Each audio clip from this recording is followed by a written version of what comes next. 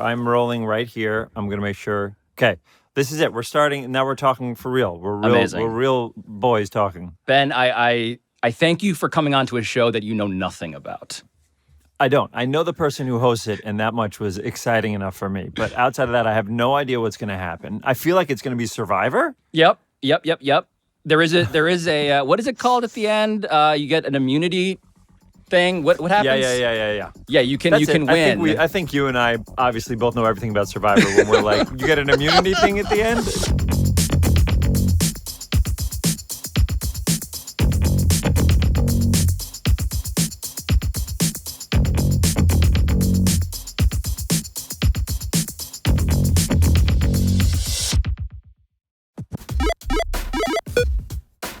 All right, so you may know of Ben Schwartz from any number of Hollywood things, like the Afterparty, which he starred in on Apple TV+.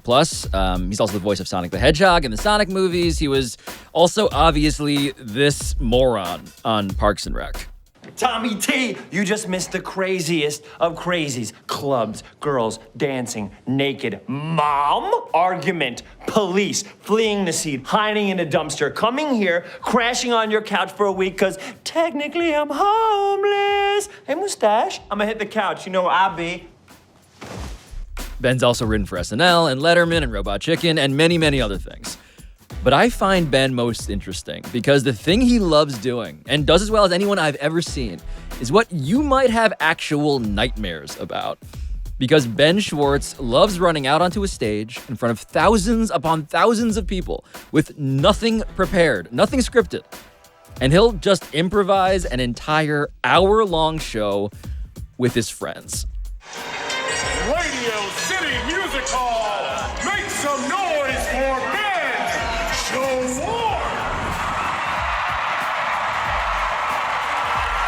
But the way I got to know Ben was in a completely different context.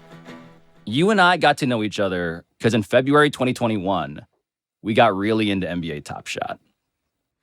Yeah, Amir Blumenfeld, I think who you know, is a huge Top Shot guy. He was from Jake and Amir from College Humor, and now they run Headgum, that podcast company. And the way that it started for me was, he said, he goes, I'm having the best time on this thing. You remember collecting cards? And I was like, yeah, it's my favorite. It's like, I used to love collecting cards. I have Marvel cards, I have basketball cards.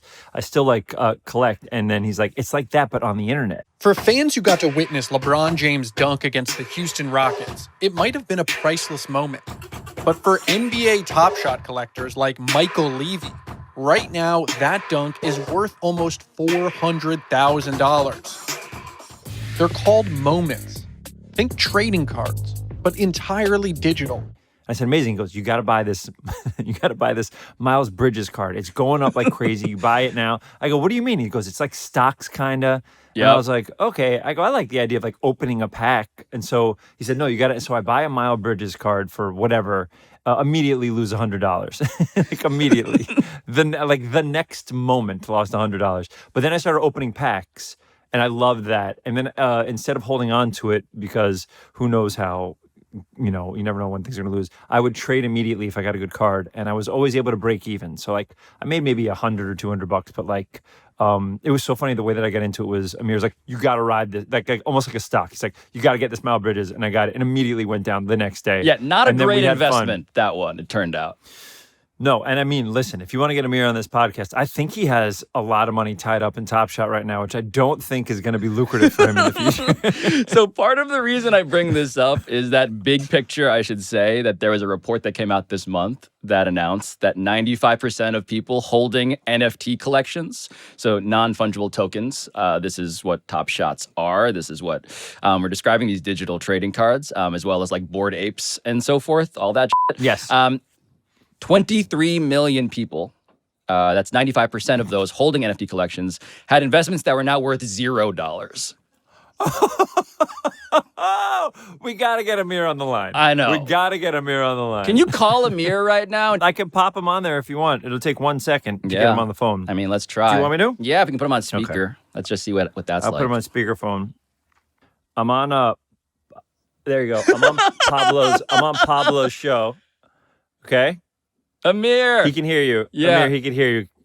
And we're talking about Top Shot investments. So Pablo, the stat that Pablo said is that these NFTs have dropped so drastically that a lot of them have zeroed out. So the question we wanted to ask you is, how is your Top Shot collection going? And do you have any? Do you want to talk about it all just for 2 seconds? I've made close to 8 figures in just Top Shot. 8 figures? You're talking about tens of millions of dollars? Yeah, well, I started with 9 figures. You started with 9 figures. How much did you invest? Do you want to talk about how much you've invested, or now's not the time?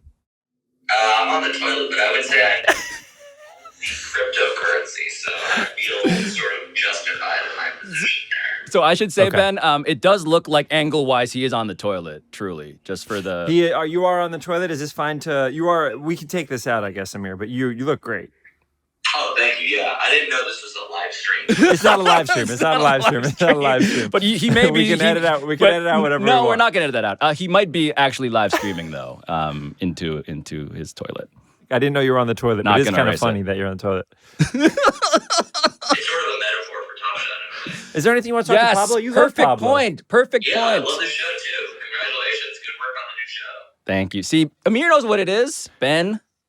What is it? He's in my ears. Explain to me what it is, and explain to me what his show is. Don't do that. That's now awkward for Well, me. it's a new podcast. Yeah.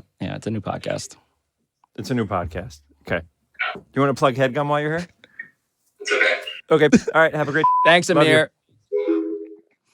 All right. He's gone. Well, Amir provided an excellent segue, which is that it is a Okay. metaphor for Top Shot, the toilet he was sitting upon. I do remember I tried to wire transfer the money out, and I tried 4 separate times, and every time it said it didn't work. Yep. So I don't have any cryptocurrency. I'm not invested in anything. The only thing NFT-ish that I'm invested in is Top Shot. And I just always stayed even. I didn't want to lose money on it. So like I have a little bit of money in there that I'm trying to get back, and it is near impossible to get it back. This was a complaint about Top Shot, was that it was really hard to withdraw money. So, by the way, I just want to point out that as of February 2021, like Zion Williamson, a 13-second Zion Williamson highlight did go for like $100,000. Whoa. There were people who actually were making 7 figures legitimately, buying and selling, opening packs that contained, highlights that anybody had access to, but were framed as digital modern trading cards. And then... Yeah, the idea was fun. Right. And so we were in lines together, like waiting rooms together, like digital Yes. lines. Yes. I think I went on Instagram Because I'm assuming Live you're like once. me. Yes. You loved, I mean, growing up, it was one of my favorite things in the world to open up a pack of basketball cards. It was the best. And like to try to get like, a rookie card, or try to get a special hologram card or something like that. It was the best. So I thought, oh, this could be the adult version of that. And it felt like it for a little bit. We all would FaceTime together and open up our packs together. Like we would Zoom and share each other's screens. Yes. And then we would all explain what we got. And it was really fun. And then it wasn't fun anymore. No. Then if you're like me, you have an unpurchased Bismack Biyombo layup that I priced out at $50,000 that no one has purchased. I remember when the game was then just lowering it to $1 above what it was selling for and trying to just sell my stuff. But I think I broke even. And then when all the stuff that I had was really inexpensive, I was just like, I'm just going to keep it because there's always a chance it comes back. Like it's there. Yeah. And instead of making like $5 off of an entire collection, why don't I just, let it sit for a couple years and see what happens. But I was trying to cash out all the stuff that I sold. This is mostly a show about getting Ben Schwartz his liquidity, his Top Shot liquidity back.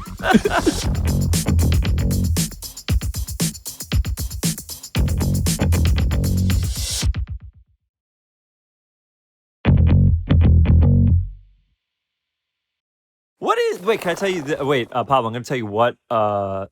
The first time I saw this show, I follow you on Twitter. Yes. Someone had posted something, and then right below the post was you being like, "My man, why don't you give credit to where you got this information from?" God, this was sad. And there was my boy Pablo. It was sad. Just trying to be Ben. like this. So that's literally how I was like, "Oh, he must have his own show."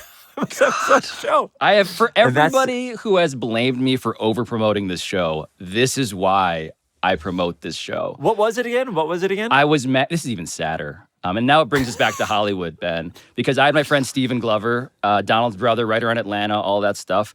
I love Stephen Glover. I was on an improv team with Donald for 6-7 years called Jobs at UCB, and his brother would come in and check out the show, but his brother's a genius. The writing he's done in his television show, I think, is one of the most I'm so blown away by it. And so Steven's a friend of mine for 10 years now. Steven came on and clarified that the thing they're doing for Star Wars, him and Donald, is a movie. We can't we're not allowed to talk about it. But yes, but anyway, we're not allowed to talk about SAG strike. I was yelling. I remembered exactly now. I was yelling at some Star Wars aggregator meme account, credit me, because they had aggregated it without linking back. I saw you underneath being like, come on, my man. Yeah. And that's, I was like, oh, I think Pablo has his own show. I can't wait to like read more. You saw the equivalent of me standing outside the gates of a manor with like a tin can being banged with a cane. Just like, sir, please. Is there a world, so like you, I feel like you are firmly established in the sports world. Are you trying, is your goal with this to be like, you know what, not only do I do this, I want to talk about everything? I think it's just about my actual curiosities. And so you provided me a couple of segues, Ben. You doing improv with Donald. So I should say that like you two guys, I've been embarrassed to say this to you, even though we've known each other now for a couple of years in this very strange way, that I've been like watching you do improv for like 15 years. Really? So I would watch you at UCB Theater in Manhattan, right? When were you at UCB? I was there from 2003 to 2009. Yes, exactly. So I would see you doing like ASCAT, right? Yes. Yes. And I was an intern. at ASCAT. I used to hand out tickets and do the garbage to afford classes.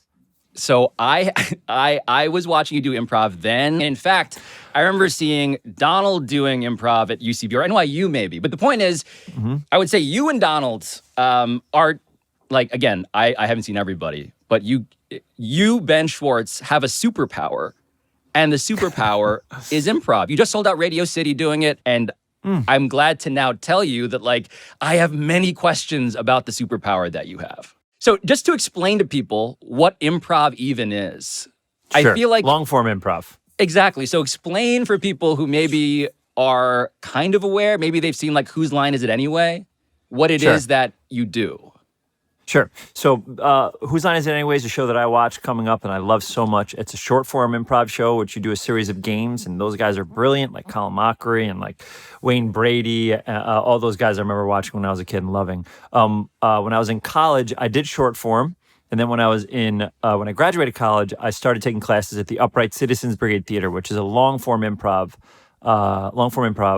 theater. So what that means is you get a suggestion up top, and then we make up an entire show. So if you're talking about Ben Schwartz and Friends, which is my current show, I talk to someone in the audience, me and 3 of my friends, and then we make up an entire hour-long show based off the conversation that we have with the audience member. There are no quick games, and if we're doing it well, then it feels like it's written, and it feels like almost like a play. Yes. You're like, how are they doing this? It feels like magic when it's great because you can't believe that we're making it up. We'll have a scene that ends, but that scene will somehow connect into all the other scenes, and all these characters kind of converge and all that stuff. So that's what I do, and it's always been at 99-person theaters. They call black box theaters, which are all the walls are painted black.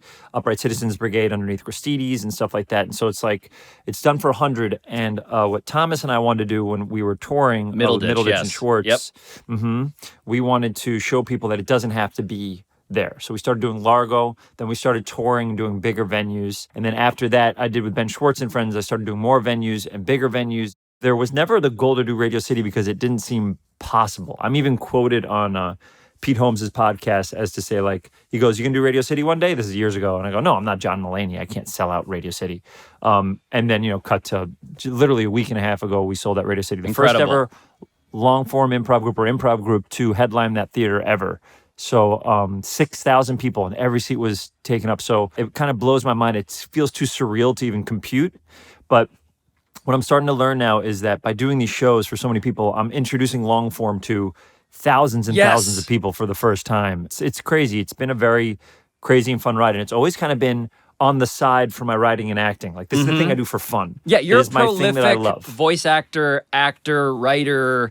Right. You have a truly like unrelenting resume. There are many like Hollywood stars, like huge names that have come through the craft, right? Like Bill Murray, Yeah, of course. Tina Fey, Mike Myers. They were all improvisers. So you're in a lineage, but you're kind of introducing it to people, the genre itself.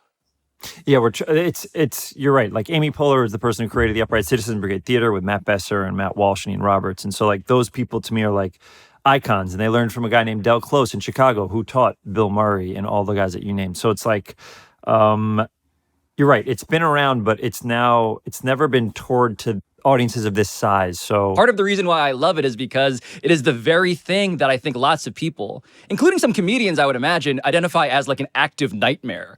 Like you're on a stage. A lot of stand-ups make fun of it. Well, the stand-up improv dynamic. Please explain that. I find stand-up to be hard, really hard. I tried it for I did 10 or 12 times, and I found it to be so hard and so isolating. And like when I failed, I really failed. I love the idea of what was failure like as a stand-up for you? How vividly do you remember that? So long, really vividly, because it's the beginning. It's before I knew how to be on stage. So I was doing a show at Boston Comedy Club. And I did the Bringer show twice. And then they said, you know what? You can come and you don't have to bring people for the next one. And I was like, oh my God, this is going to be amazing. And I got on stage. And I was so tired from work. I was a page at Letterman at the time. And I came right from work and I hadn't slept because in the morning I write jokes for Letterman too. And so I was like, I got to stage and my first 2 jokes bombed. Not one person laughed. And I was like, and my whole body, like, I felt hollow. I felt like bones. I was just like, I just felt terrible. I felt terrible. To fail by yourself was really sad. Also, to succeed by yourself was not as exciting as I love playing basketball. I love being a part of a team. And so to write sketches or to improvise with all of us together, we build something. And it's not just what I'm thinking, but this person's going to make it better. And I don't know what's going to happen. I loved it. And my mind really went towards it. But that part is the part that reminds me of sports. Like there is, I think, unlike anything else in entertainment, like the argument I want to make to you, and I wonder if it resonates, is that improv has qualities that remind me of sports in ways that nothing else in comedy does. I think that's exactly correct. And the way that I pick my teams when I go out is exactly that. I'm looking for a point guard. I'm looking for a power forward. I'm looking for, so like if I bring different people, I know they have different skill sets. So it's like, and I know where I can fit and how I can adjust my skills to better help the team. In improv, I'm always trying to make the person opposite me look better. That's like my goal. And so if I can make Drew Tarver look better, or Mary Holland, anything. But I also know what these people are really, really good at. And I was like, oh, if I mix this little, if I use this person, we're going to get a totally different show than if I get 3 people who are really heavy on characters, who love coming out as crazy characters. So I got to make sure that I play with my teams correctly, I think. Yeah, well, look, there's legitimately unscripted, completely unscripted live action.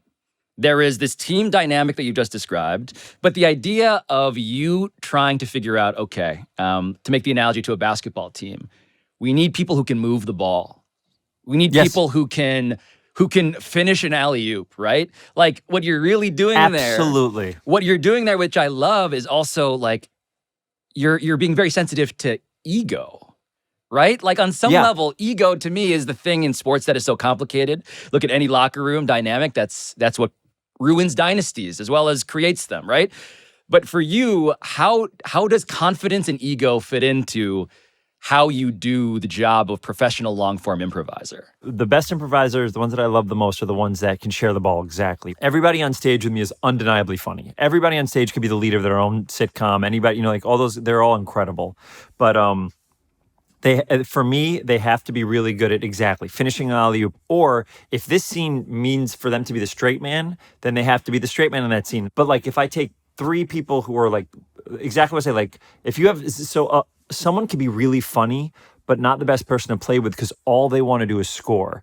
All they want to do is get every single laugh. This is what I was going to ask you, Ben. Can there be, in your mind, as GM and player on the team, can there be a Kobe Bryant in improv? Can there be an ISO, clear out, I got this? That mentality of, I'm the star, I need the ball, get out of the way. How does that work? I think it would be hard. It's easier to have that in sketch. I think it would be hard. Listen, if someone's undeniably funny, you could always do a show with them and I could just always set them up. You know what I mean? Like I'll give Kobe the ball every time. But the magic in the show itself wouldn't be as exciting because we're not all doing it together. It's just like, something like that. But I think that's a good question.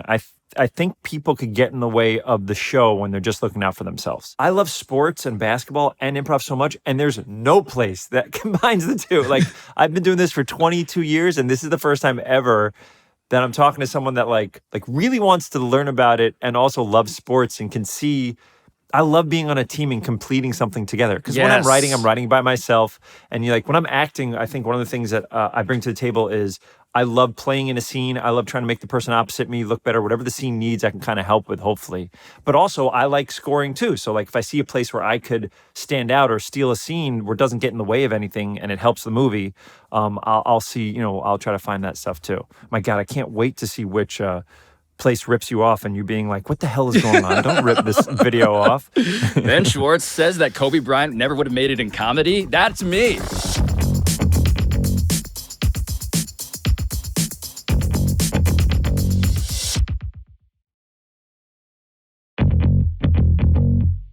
I do a show called Ben Schwartz and Friends, and it used to be called Snow Pants, and I used to bring people who've never done it before.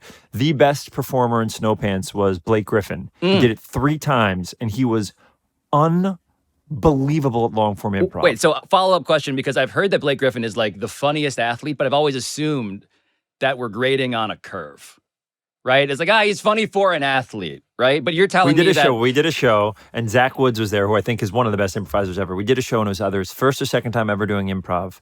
And this is when I was hanging out with him a bunch, and he's like, I find him to be so funny. And so backstage, Zach Woods looks at him and goes, and pulls me aside and goes, it's not fair. It's not fair that he can be so good at basketball, but do our nerdy thing too. He's also handsome and tall, and he could do our nerdy thing. He's sincerely very good at it. He did it twice in a group of 6. And then one of my shows canceled on me and I had nobody. And I texted him and he came to the theater and it was me, him, and one other person. And we did a 3-person show for an hour and he crushed. He was amazing. I know he does stand up, but was he good at improv. I was so impressed. It does feel unfair when the person can literally finish an alley-oop. Yes. You should be able to do both figuratively and literally. Yeah. Yeah.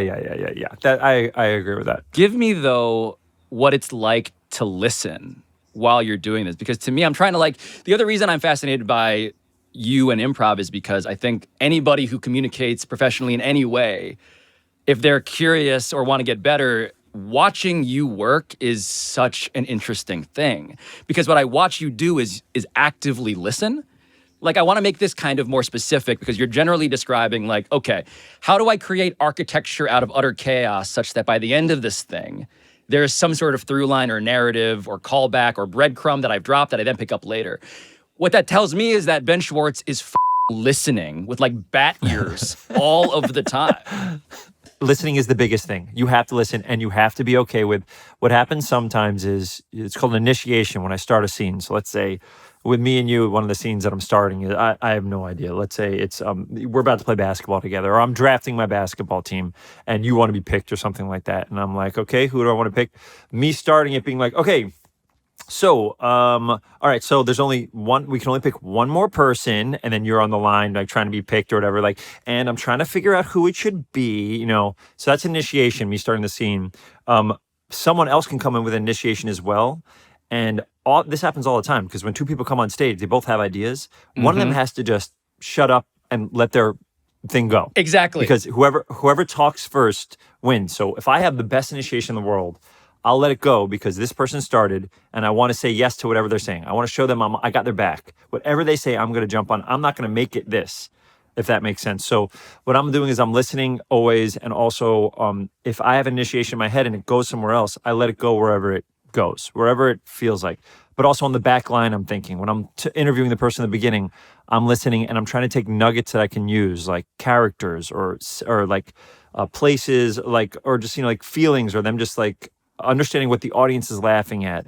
But I also do it in my real life. I love when I'm sitting down with someone, I will listen 80% of the time. I never have to talk about myself. If they ask questions, I will, but I love learning about people. I was Same. a psychology, anthropology major. I think that's why you and I we like talking to people because we like to learn. I like human beings. I like being around people. So it's like I'm always ready to listen and only talk when it feels necessary that I can add something. But the idea of always saying yes, the whole yes and concept, could you explain that for people again who aren't like familiar with going to improv shows? Sure. So let's say, Pablo, it doesn't have to be good. There's no pressure. Just start Okay. any scene in the world, and I'll tell you the incorrect way of handling it. So Yep. start anything. Don't be nervous. I know that you've come to a bunch of shows, but it doesn't matter. Anything you say is fine. Just don't ask a question. Okay. Oh my God, I cannot believe that I left the stove on. You didn't leave the stove on. So if I say no to you, I've taken your idea, and it's gone. The scene is gone. The energy's gone. Now you have to pretend like, oh, I guess I didn't. But if you say, do the same thing. Ready? Yeah, go. Yeah. I Say the same cannot thing. believe I left the stove on.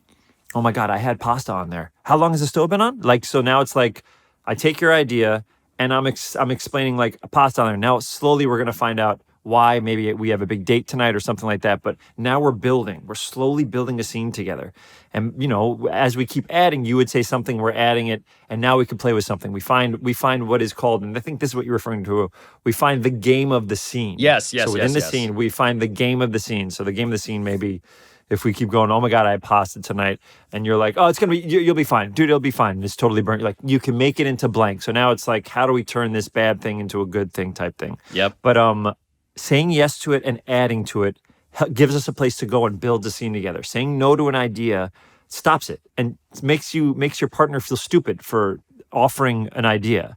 So it's like, I'm sure it's the same. By the way, you have to be so good at that when you're doing your talking heads in the room for all of your sports stuff. Like you have to be listening. I was going to say that I think about improv a lot, not because I'm trying to do comedy when I give takes on sports, but because I'm always thinking about the other person who I'm ostensibly choosing. Okay, am I arguing, saying no to them, or am I saying yes and going off on hopefully a riff with them that gets us to a place that feels, by the way, like to me, there's this fork in the road every time you do a sports debate on television. It's, am I going to say no and we're going to now hash it out and we're going to make this a thing that jeopardizes either of our egos?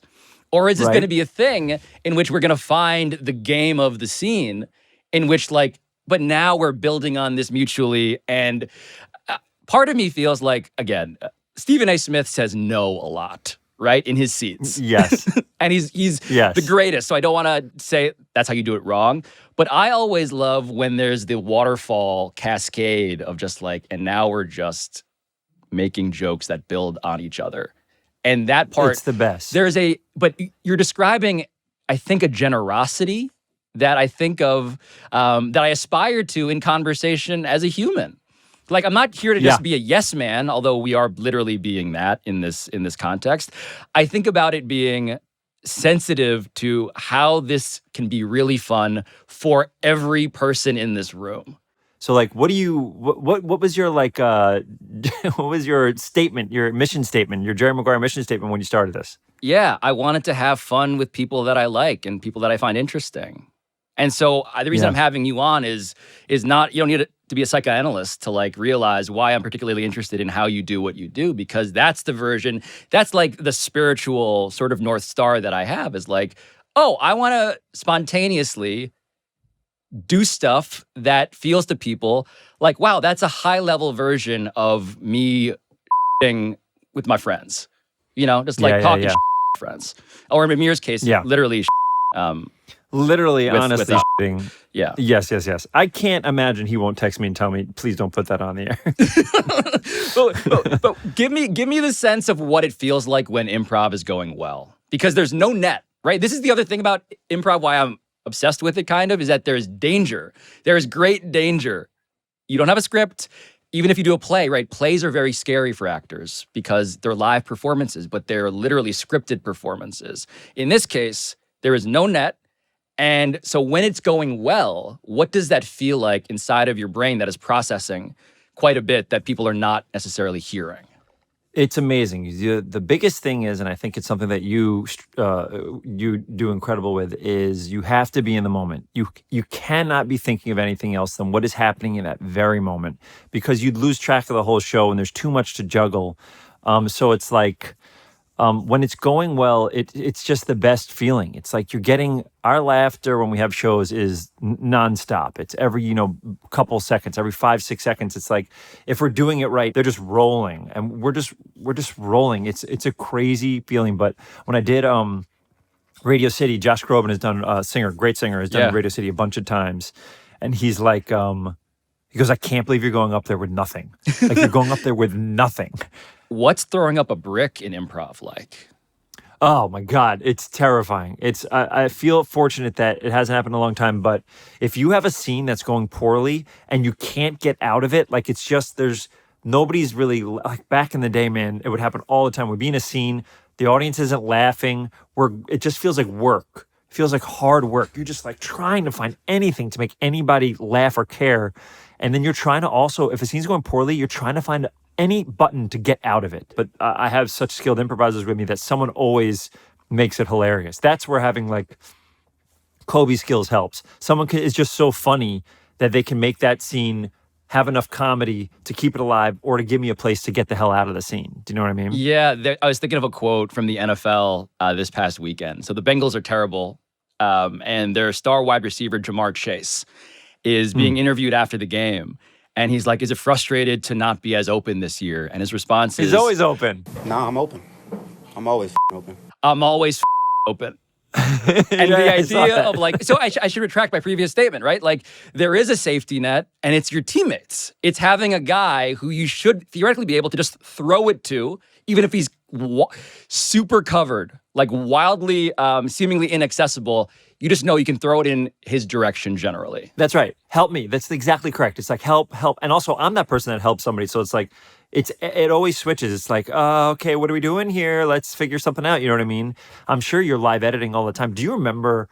Can you remember a response that you did that quote unquote bombed or put you in a terrible position where you're like, I hate that I'm talking about this still. How do I get the hell out of here? Do you remember a specific one? Oh my God. One of the first times I did Around the Horn. So like one of ESPN's most popular These are televisions. huge shows. And so literally one of the first episodes I ever did of Around the Horn, the topic was the 49ers quarterback controversy. And this is a real thing for you. You're feeling that this is in here. So already I'm palpably just sort of reliving the awkwardness of, and this was pre Colin Kaepernick being revelatory, like race relations figure. This was just him as a quarterback with the Niners. And so it's who should start, Alex Smith or Colin Kaepernick? And I just remember being so nervous on Around the Horn that when it came back to me, the only thing I could say was, everybody's ganging up on you. Boom! Alex Smith, man. That's it? Alex Smith, man? Alex Smith, man. And then I just shook my head. I was assuming one of my teammates was going to come in and just like, I thought I was out of time. I thought the horn was already sounding, but I stopped short, which is like a sin. To stop short and leave silence and to have nothing. But Alex Smith, how did they respond? Everybody laughed in a way that has haunted me for over a decade. And all I had to respond to someone else was Alex Smith, man. Hard period.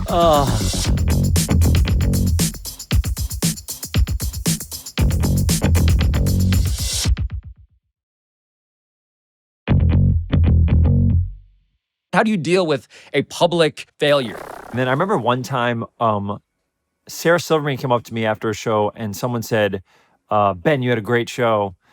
And I was like, oh, thanks, man. I felt off. I just don't know why. I didn't feel like a great show. And she came up to me. She goes, why'd you do that? And I said, what? He goes, that person thought you had a great show. Now you're making them feel like they're wrong. Like they like what they loved the show. Now you're telling them that you thought it was a bad show. It's like, I really, that connected with me because it's like, they're not doing improv every day for this long. I would think about it for days. I would be sad for days. Same. But what you said that I really relate to is that sometimes we're not good at self-scouting in the moment. Is that our standard sometimes is so uncompromising.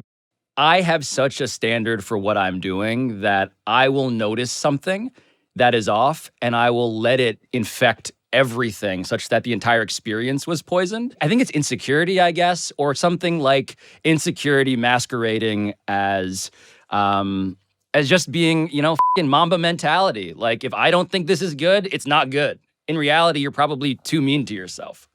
I think the biggest thing you said, which I'm sure people that are listening can relate, is I will let a small thing get in the way of me enjoying the entire thing. I think that's really smart of you to say. And it's so bad to do that. There's like a post-coital joy to like a long-form improv show going really well. I guess it's a post-coital orgy sort of sensation of like, we all got our shots off. And it was beautiful. When everybody has a great show, it's my favorite thing. Where does this go, Ben? I mean, so I should say that there's something that you can't say, which is that, and I am free to say it, which is that you produced a Netflix special, which has never existed before in the genre of long-form improv. And that is unprecedented in this genre.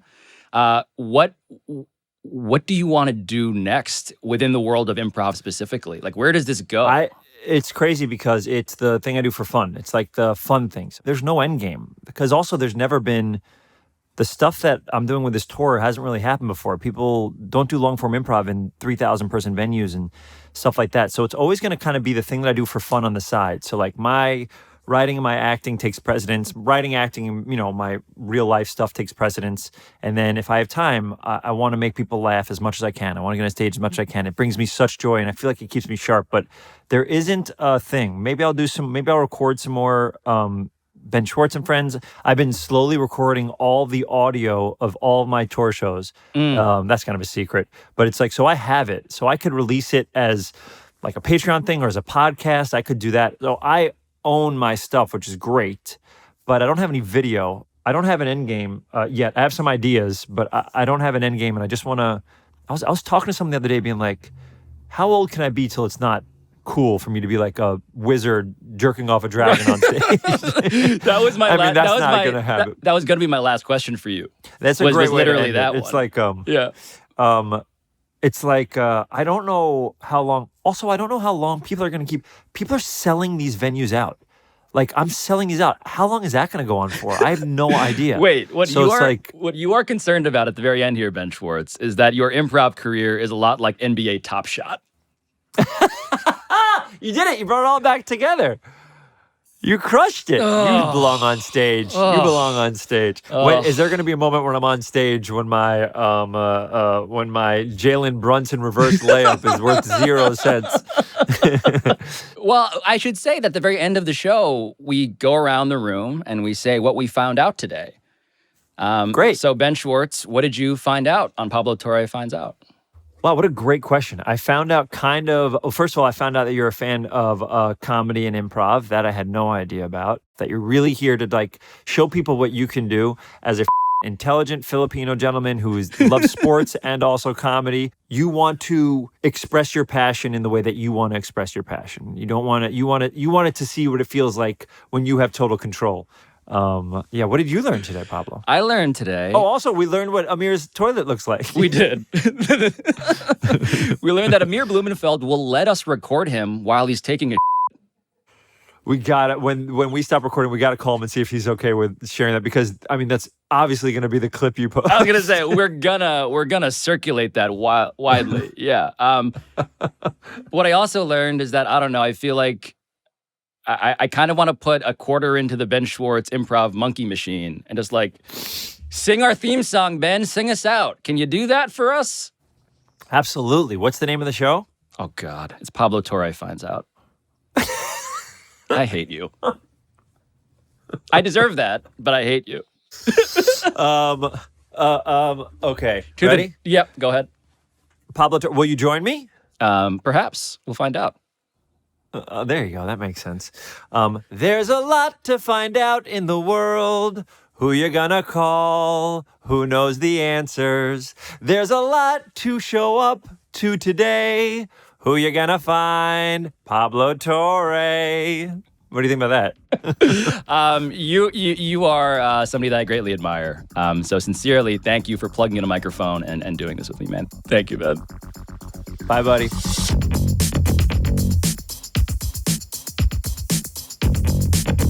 This has been Pablo Torre Finds Out, a Meadowlark Media production. And I'll talk to you next time. You know, like I said, Cam's stuff wasn't accurate, but we know stuff that you don't say amongst men. You know what I'm saying? We know things that you have to stand on. Cam's stuff wasn't accurate, but we know stuff that you don't say amongst men. We know things that you have to stand on. What does that mean? Exactly right. This is what I want to find out today. And so you should know that in our attempt to find this specifically out, we made calls, right? The question has been, how do you take the unsayable gossip and bring it onto the record to make it sayable, to make it news, to make it journalism?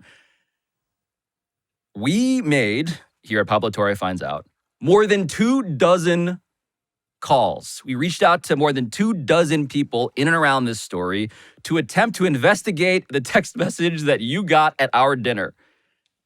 And I'm going to unilaterally force you to reveal that text after the break.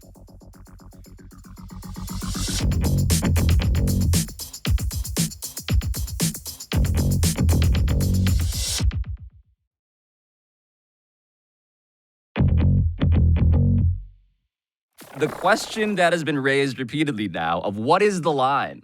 What is the line beyond which you get fucking decked by your own teammate and a championship season is ostensibly ruined?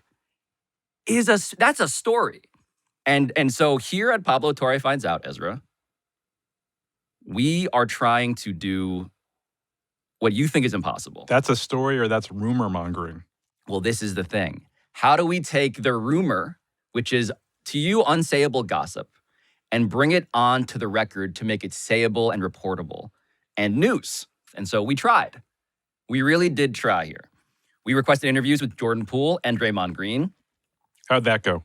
They declined through the representatives. A spokesperson from the Washington Wizards also told us, quote, Jordan has moved on from that topic, end quote. They also told us that Jordan Poole, quote, would rather not dwell on it in long-form interviews, end quote, which I think at least you can personally relate to. But this is how much, Ezra, I fear your journalistic withering gaze. Because on top of Jordan Poole, on top of Draymond Green, on top of those reps, we also reached out to more than 24 other people close to the situation, as they say. We reached out to the following: Andre Iguodala, Kevon Looney, Jonathan Kuminga, James Wiseman, JaMychal Green, Anthony Lamb, Dante freaking DiVincenzo. Okay? We were recreating the whole Warriors roster here. Then Warriors GM Bob Myers. Okay? Reach out to him. Another person close to Jordan Poole. 2 other people close to Draymond. 2 other people close to Steph Curry.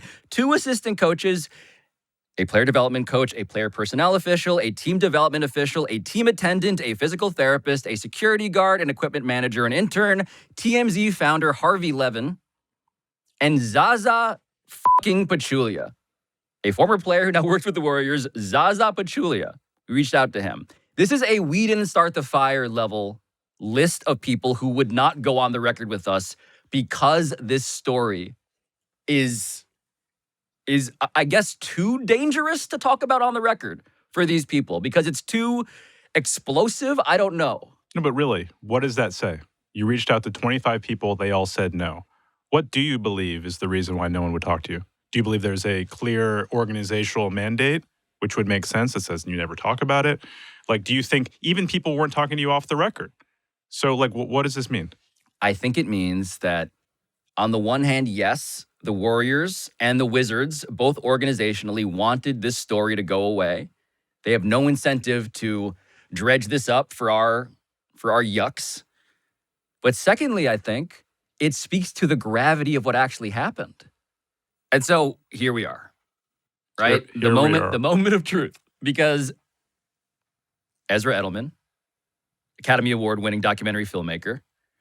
Stop saying that, please. What did the source in your phone tell you that Jordan Poole told Draymond Green that got him punched in the face?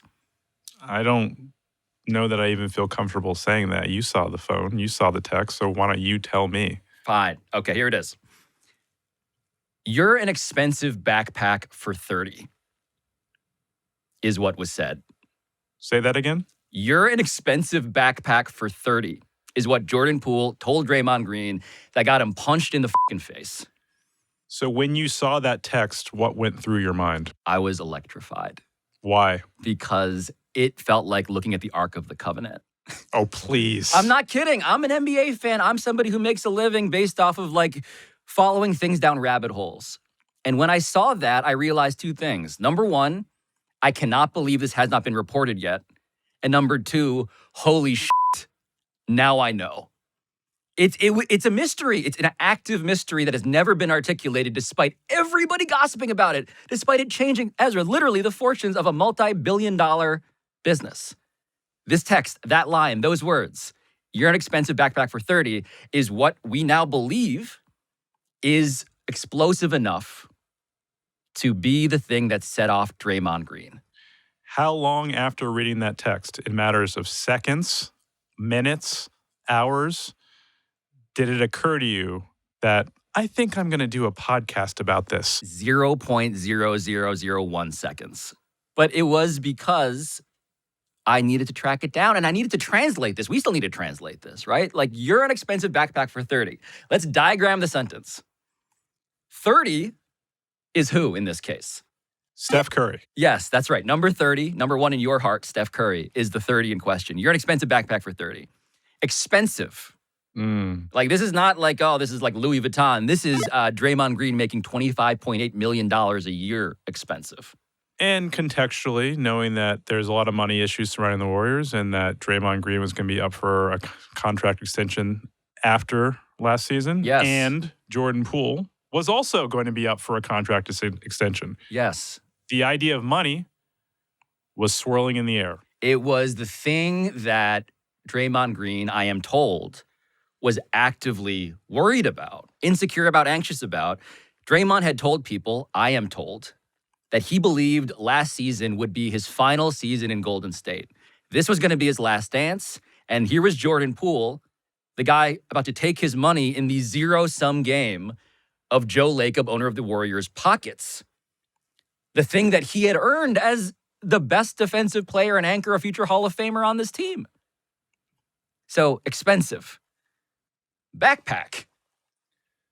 Well, I guess that means that it's a good line.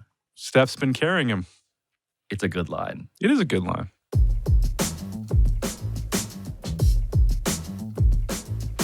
Like, I'm now imagining just Draymond as an actual backpack here. Like, being carried by Steph Curry, like almost like, you know, like he's on his back. Like Yoda, actually, or like a baby in a baby Bjorn. How's your art department? Can you come up with that image? Oh, yeah, we're on this now. Okay. I like them almost like in a video game sequence together, where Draymond hops onto Steph's back and they together like combine to punch Jordan Poole. So that means Draymond in this case is Yoda. Well, I mean, look, like Yoda, Draymond clearly believes do or do not, there is no try.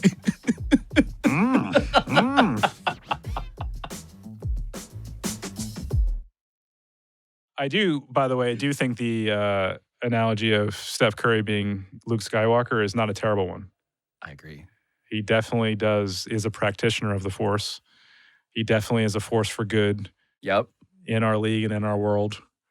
And I believe that in the end, he is going to conquer and extinguish the dark side. You're such a Warriors fan. You're like an actual Warriors fan who I want to also remind that the reason now, journalistically, why we do transparently feel comfortable saying any of this stuff is because we got another source to verify, at least that this is a thing that the Warriors are all talking about internally. One Warriors official close to this situation, and this is real, the person who did call us back, incidentally, that official independently confirmed to us, here at Pablo Torre Finds Out, that this phrase, you're an expensive backpack for 30, has in fact been floating around the organization as the tipping point, the thing that set off Draymond. But he does not, in fact, know that that is the thing that was said. This is also true. Do you believe that this confirmation, corroboration, information that you learned justifies us sitting here and having this conversation right now? I do. Because I think newsworthiness is, look, it's like pornography. Really? What? You don't like the Supreme Court? You don't like the quote? You know what I'm going at, right? I'm aware of the quote.